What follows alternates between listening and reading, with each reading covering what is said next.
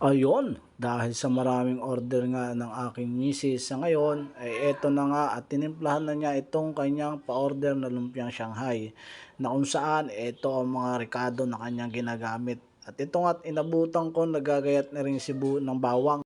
Isa sa mga rekado niya na nagpapasarap dito sa lumpiang Shanghai.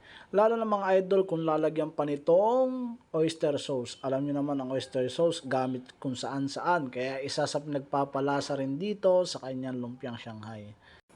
At ito na nga at natimplahan na ng aking misis ang kanyang lumpiang Shanghai. Mamaya naman pagbalik namin, ito ibabalot na lang sa lumpiang wrapper.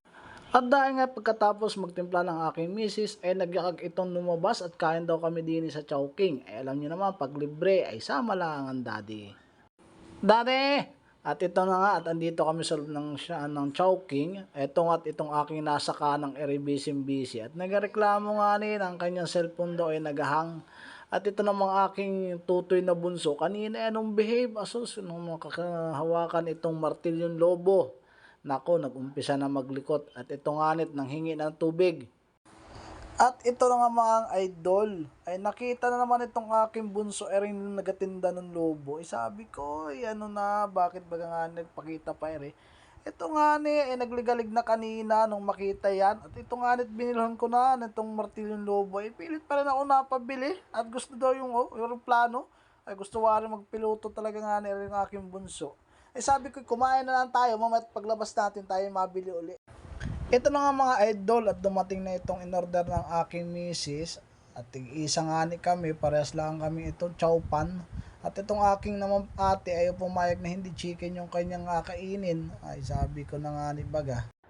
Ito na nga ni mga idol at ito akin ang kakainin itong aking order na tawag din ito yung yung siomai at saka sinangaglaang na kanin at pero nung gana din ay kaayos na ering akin namang nasa kanang hindi pwedeng hindi ma order ng chicken pag ganitong kami nalabas ayo nahihiya pa nga ni sa video ko. Ito naman ay anong hiyain din nga ni sa mga ganitong video ay minsan nga nasabi ko anak video ako ako'y mag-vlog ay hindi at talagang mahiyain din. At ito naman ang aking bunso ay nakoy walang problema. Kailangan wag kang malilingat, kailangan lagi ka nakapokus sa kanya at nako may takbo dini, takbo doon, dampot dini, dampot doon. Ay nako. Ay alam naman natin mga idol pag ganitong kalakihan ay talaga namang ay sobrang likot. Ay kalikutan nga ni sabi lang ng matatanda.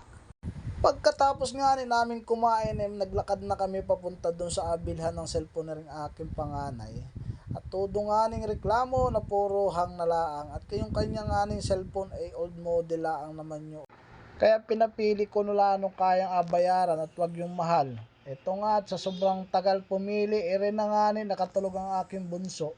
Na nabili na namin ay ay todo pang yabang kay Papa. Sabi ko yung mong agamitin araw-araw at may ayan. Ayan ay may oras dapat gamitin. At yun lang mga chong, salamat sa inyong suporta. Thank you.